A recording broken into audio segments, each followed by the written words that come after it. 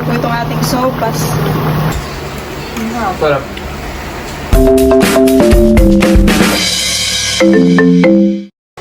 Hi guys! Welcome po sa aking channel. Ngayon po ay magluluto ako ng sopas pang merienda. Tamang-tama naman po dahil maulan po ngayon ang panahon dito. Tsaka nandito rin po sila Mahal at Unto para po kami may pang merienda. Kami po muna ni Kuya ibababa para po bumili ng ilan pong mga ingredients pa. Si Kuya po muna ibibili dito sa tindahan ng butter. Ano pa bibilin mo? Padagdag lang. Kami po ni Kuya ay nag-crave ng sopas at simula po kahapon ay wala pong tigil ang ulan. Ay, tama naman at mainit. Susunod na po. Oo, tama-tama po sa malamig na panahon.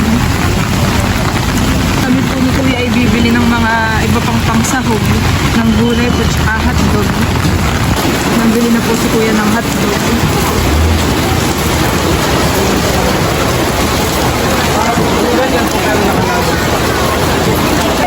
Gulay naman po ang aming bibili. Parang dito ko usually nakikita yung mga balot-balot na anak.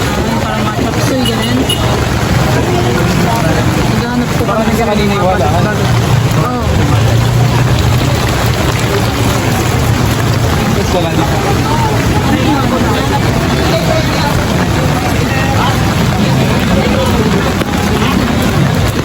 Meron?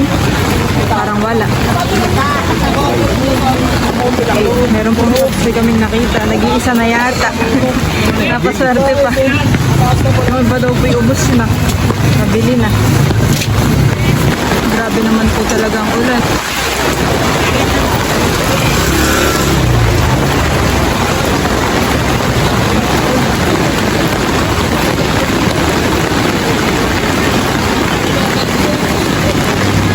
Dito po sa Talipabay meron din papalang at saka po bagoong.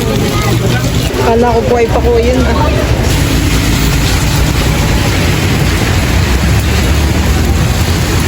Kami po ay pauwi na.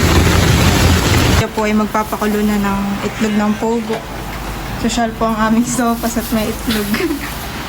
Ako po ay maghihiwa na ng mga sangkap po ng sopas.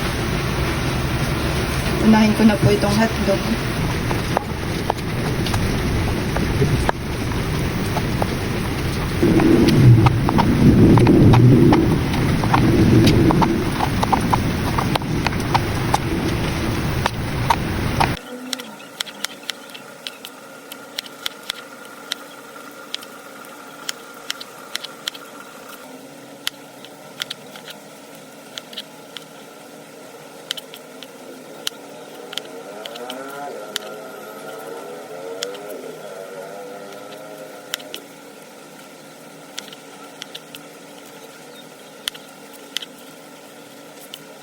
Bawang at sibuyas naman po ang aking hihiwain.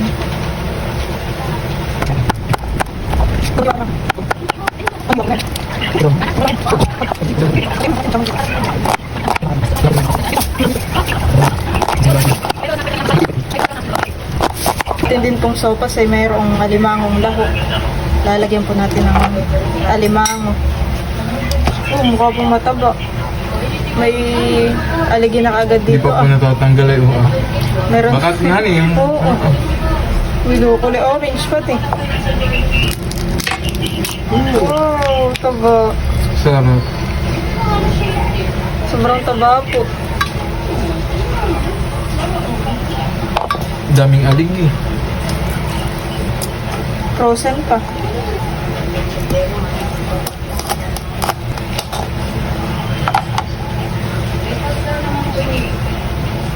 Ready na po itong ating gagamitin pong mga gulay. Ito po yung ating ilalahok. Tayo po ay magigisa na. Lalagyan po natin ng margarine. Tutunawin lang po. Lalagay ko na rin itong bawang at sibuyas. Bango na po kagad. Antayin lang po natin medyo naluto yung bawang at sibuyas. Ang next na po natin lalagay yung karne. Nalagyan ko na rin po ng paminta at saka po asin. Lagyan ko rin po ng patis.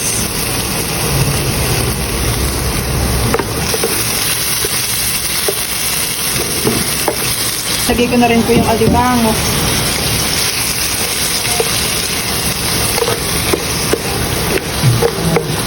Lalagay na po natin yung pasta.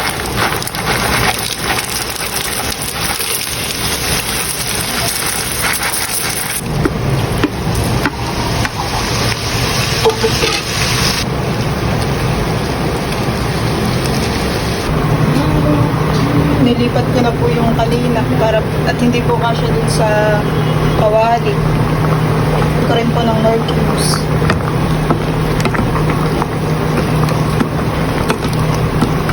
Lalagay ko na rin po itong gatas. Yun lang po hahaluin. Atin na lang po aantayin lumambot yung pasta. At luto na po.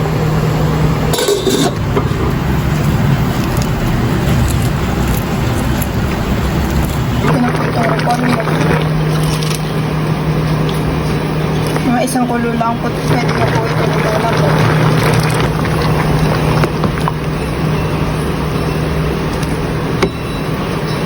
Ayan po at luto na po itong ating sopas. Pwede na pong magmerienda. Luto na kuya, merienda na. Unahan mo na. Mamaya na mag-draw. Si kuya po ay nasantok na. First in the line. Makraving satisfied ka kaya. Kuha ka ng alimango. Mamaya na lang. Kain po. Nakuha na po sila unto, tsaka po sila mahal. Thanks sa Ate Kim. Sabi siya yun. Ikaw po, tita. Kain po. Sarap naman. Oo. Sarap. First time ko magluto ng sopas. Sarap. Talagang pag-iinitan kapag nagsopas, malamig pa naman. Kuha ka ba unto? Wala ko. Sila mahal po ngayon ay nandito. Tinatid po nila sa Titong Baronta. Kanina pong umagahan madaling araw. Nasa Dubai naman.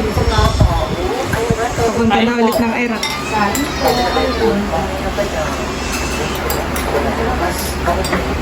Ako po ay sumantok na rin ang aking sopas. Kain po. Kain po.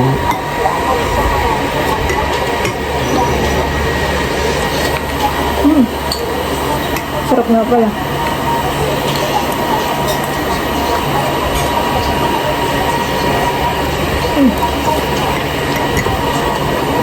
Sarap.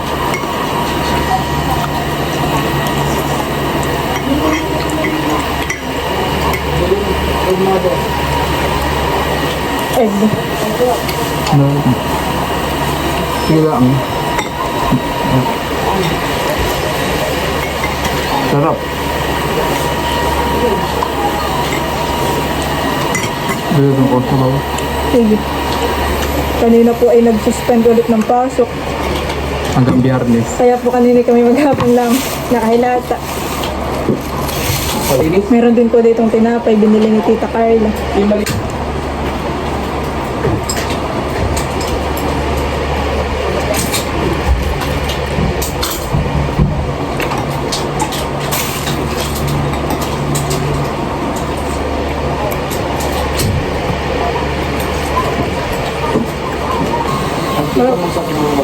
Tumama ka po. Kakunti na yun. Bukas ay hindi na rin yung masarap.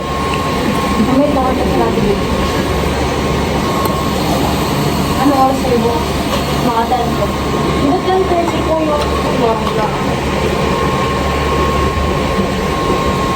Natawag si mama. Pasabi niya. Wait. Oh, ayos mo. Sarap. Ay napadamak.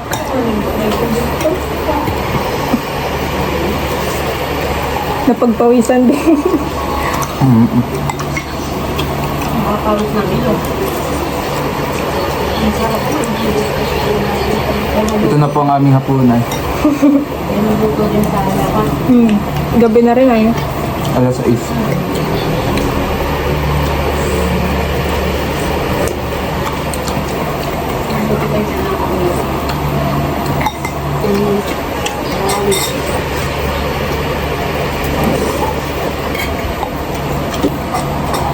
Ako na lang mamaya mag-load.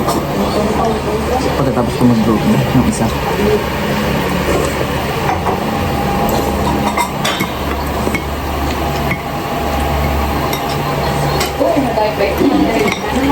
Alimango.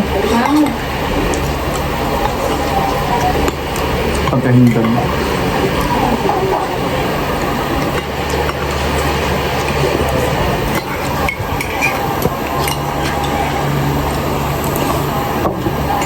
Dati sa probinsya, sa Infanta, kapag halimbawa may natira, ay inuulam, pwede rin. Papasan eh. Mm. Parang may sugat pa ganitong ulam mo. Mm. Sarap.